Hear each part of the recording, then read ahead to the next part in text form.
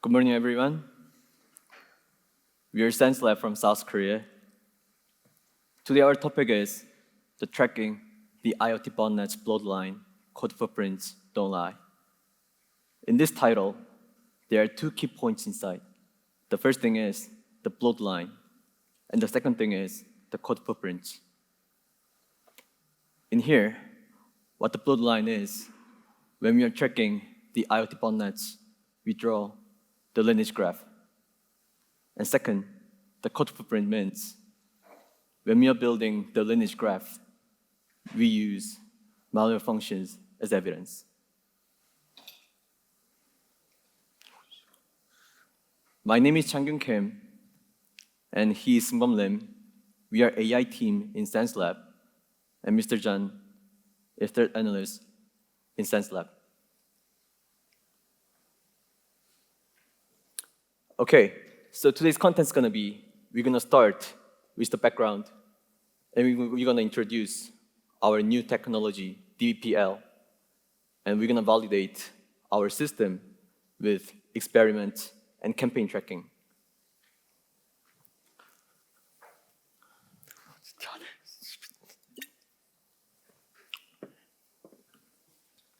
Okay, let's start with the background.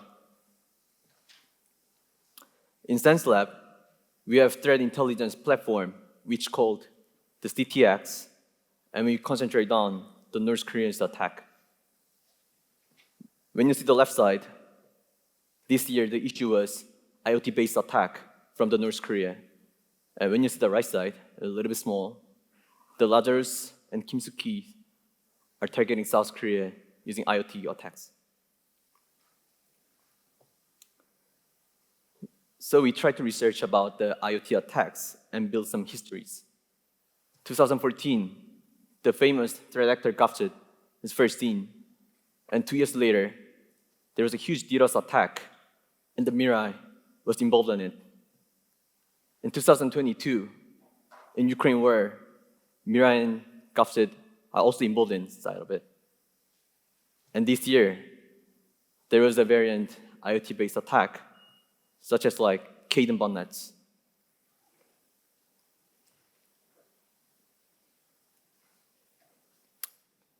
Okay, so why always IoT got an attack? This is a famous meme. Yeah, instead of IoT, there's no security inside. However, these days, people are keep using IoT machine, and because of the large language model, it is really easy to generate variant threats using LLM. When you see the right side, the IoT device goes up and attacks are increasing. However, analyst capacity is lower than others. When threat analysts is doing manual analysis, they're building high-quality TI report. However, if there are a lot of attacks, such as like an IoT, they cannot work efficiently due to the time and cost limit. So that's why what you need automatic threat profiling tools to support threat analysts.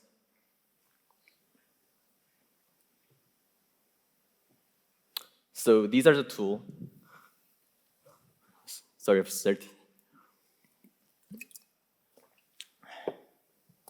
Now let's start about our new technology, which is called DBPL.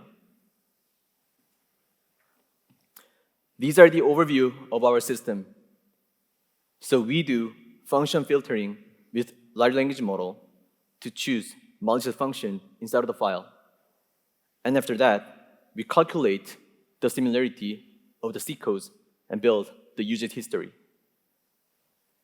And the system gonna distinguish new or variant, and it's gonna give the reuse rate and similarity.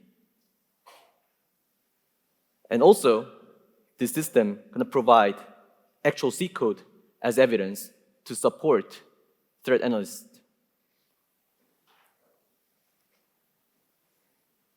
These are the actual example about our system. So we decompiled the binary file to the C code and search inside of our database and to search top K similar functions inside of it. And the system gonna label as the backdoor and threat the Gafgyt and platform the Linux.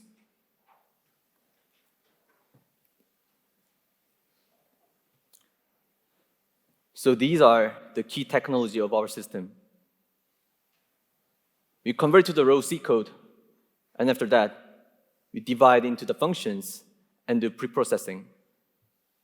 After that, we pass the function to large language model and label to normal, malware, and system function. After that, we use embedding model to convert these functions to the embedding vector.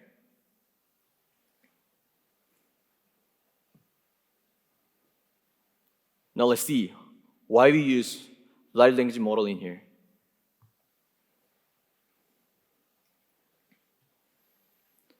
If there's the same file, depending on threat analysis, experimental skill, or tool, the result gonna be all different. However, in our system, we need to calculate the similarity, so we need constant labeling tool. The top side of the picture is auto building result with large language model, and the bottom is profiling result by the threat analyst. There are two different things inside. The first thing is the labeling result with the large language model gonna be always the same. However, the threat analysis labeling result gonna be different depending on their skills and tools. The second thing is the number of labeling result. When we use large language model, they're way more faster than threat analysis. So that's why we are using large language model in here.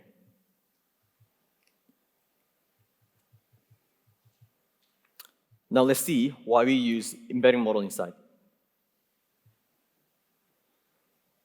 These are two examples of the malware functions, and these are all the text data, so it is hard to calculate the similarities. However, if we use the embedding model inside, we can convert the text data to numerical vector, so finally we can calculate the similarities. These are the whole process of our systems. If there's a target file, we use Gafgyt compiler to convert to the C code and the preprocessing. After that, we pass the functions to large language model and do labeling as normal, malicious, and systems. And after that, we use malicious functions and pass it to embedding model to convert to the function vectors. And we search inside our database and choose the candidate set, and the system gonna finally label like this.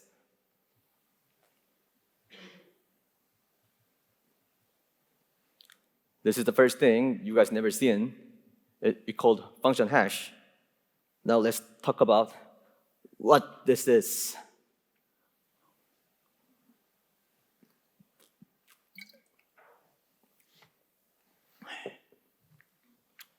When we use embedding model, when we convert text to the embedding vector, the vector space is gonna be really high. It makes calculate similarity really hard and slow than before. So we use vector concatenation technique to solve this problem. These are the picture example about computations. Inside of target file, there are a lot of functions inside.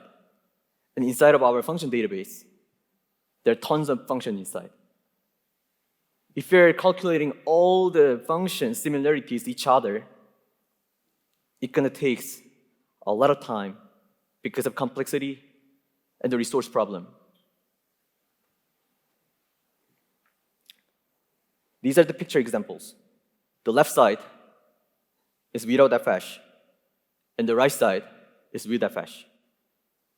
If there's a target function without fhash, we need to calculate all the similarities inside the picture.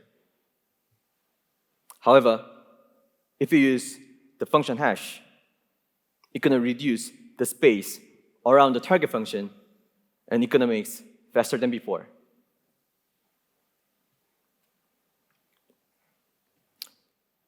Yeah, so this is actual computation time graph. The orange part is without fhash. The blue part is with fhash.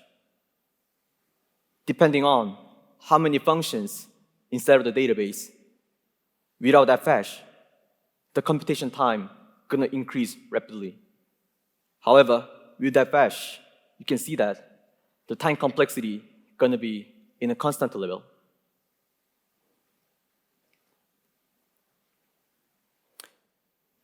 This is the result of our system's DBPL. When you see the left side, you can see the JSON file right over here. This is our labeling result with our system. And inside of it, you can see the similar files, which is the confidence score. Using these similar files, we build the lineage graph right on the right side. If you click the node of the lineage graph, you can check which functions are similar and how many similarity score they have. And thread analysis can check actual functions, and it's gonna help the thread analysis way better than before. Okay, from now on, Mr. Jeon gonna follow and validate our DBPL system.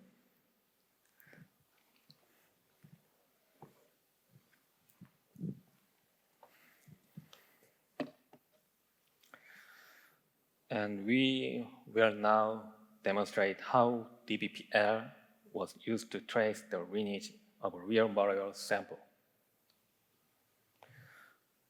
An alert came up in SeungBeom thread collection system. It turned out to be a new sample that's not in the DBPL database. Today, the question is simple. Who is it derived from?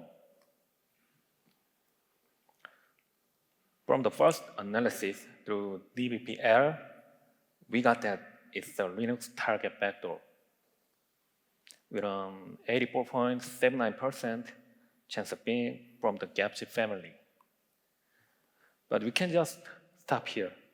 We need to check the exact lineage through function embedding-based analysis. By comparing similar files, we generate the lineage graph you see on the right side of the screen. Here's the first connection. If you look on the left side of the screen, the files are tightly linked with 99% similarity, and edges are created between the similar samples. If you look at the box on the left side of the screen, the embedding similarity of the main function is measured high. If you look on the right side, when you compare the pseudocode directly, the prologue of the demonization routine is the same, and only the C2 initial communication messages changes. So through this process, you can directly check the code reuse and the modifications. Now, based on the lineage graph, we will show the tracing process to the IoT bus core main function. Of course, main is not the only one that's special. There are various functions useful for tracing the lineage, like process CMD, sense input, a TCP, a UDP, VNC attack. So we can trace the lineage using various functions. If you look at the box on the top of the screen, the message changes from joined RebirthReborn As to joined reverse as. The socket name used for communication also changes from CEO socket to reverse socket. If you look at the box on the bottom of the screen, the same C2 communication is connected continuously.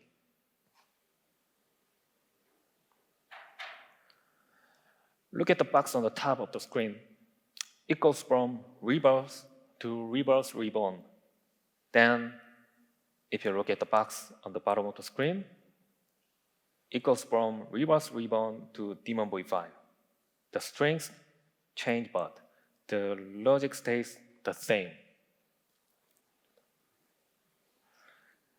Both top and bottom of the screen shows daemon v5 connected continuously, even if there's a difference in the time they were found. It shows that the core functions belong to the same family.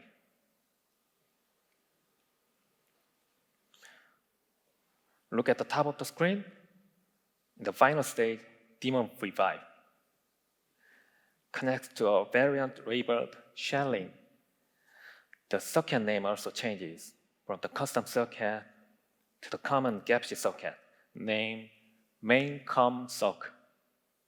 We focused on this shelling, and we found that the sample phrase comes up in a secret block by Radware. This screen shows the reconstructed C2 lineage, starting on the right with x86 reverse reborn. It goes through reverse to daemon v5 and v1. In the next slide, we compare this graph with campaign data tracked by the Sandra threat analysis team. Based on the nodes highlighted on the screen, the campaign artifacts line up. In other words, the lineage automatically generated from DBPL's function similarity matches the actual campaign flow. This is the full lineage map for today. On the top left of the screen is the analysis target, the x86 sample. This screen shows which samples are similar to each other. If you look at the legend of the top right, it connects from well-known Gafgyt and Qbot variants to the unknown ones in order. Of course, the DBPL technology doesn't use time as the basis. It connects based on function embeddings. Now, let's check with DBPL scores. Top left shows main function similarity, where reverse reborn and reverse match poorly, and daemon v5, v1 stay high. Top right shows C2 function, changing by generation with similarity dropping step by step. Bottom right highlights the differences with OVH and SERV commands in daemon v5, and CNC, STOMP, and STD in daemon v1. And last, bottom left gives a quick summary of lineage tracking. So, having established the links with scores on the previous slide, we will now show an example of functional code evolution.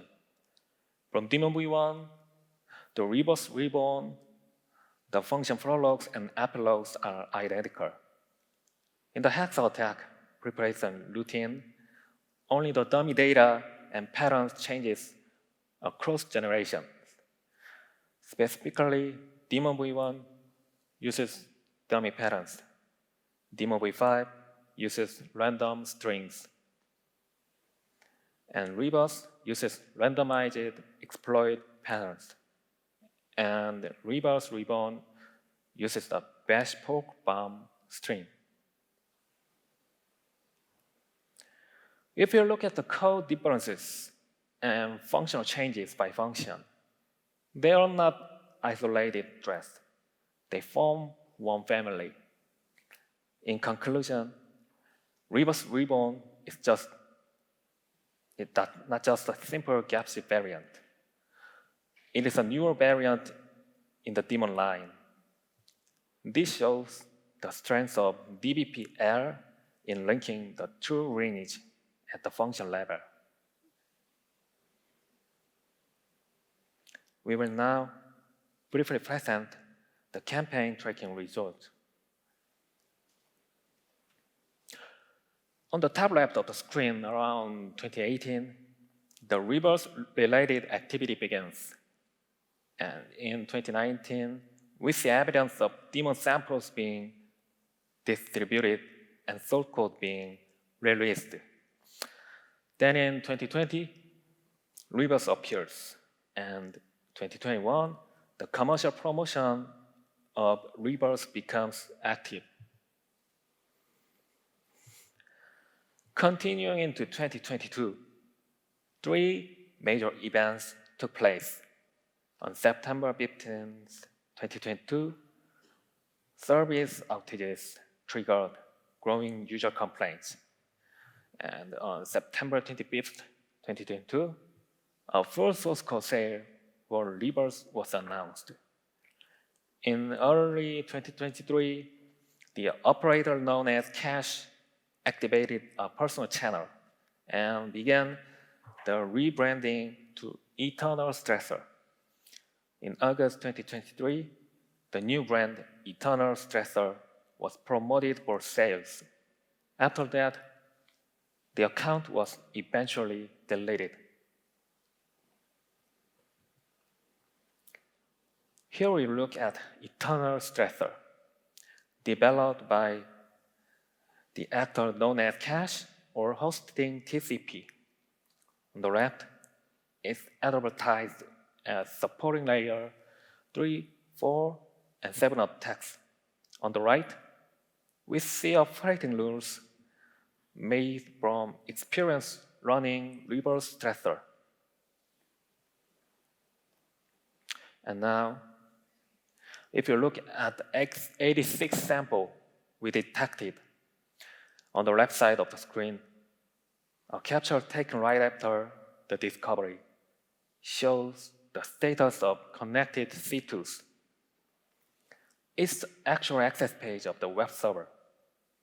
On the right side of the screen, there's a snapshot of the report for that IP. What you can see here is that the RebirthReborn family, uncovered through DBPL technology, has spread across communities of Chinese-speaking actors. Next, in 2025, the domain RebirthStressor.com appeared again. On the left side of the screen, you can see it being promoted on Telegram in 2022. And on the right side, you can see the domain came back online.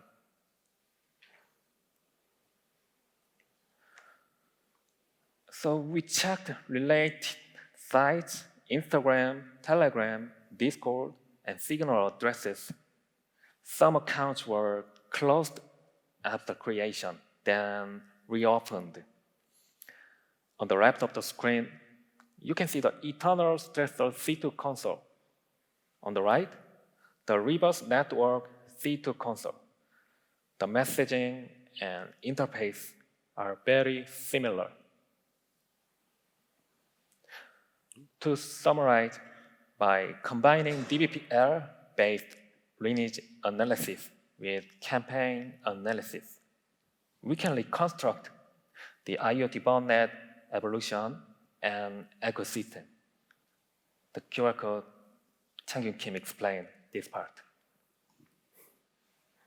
Thank you very much. Okay, so this is all for our presentation, and we're gonna take the Q&As. And if there's like a more detail about like technical question, you guys can use this QR code and ask whatever you guys wanted. Thank you so much. Thank you.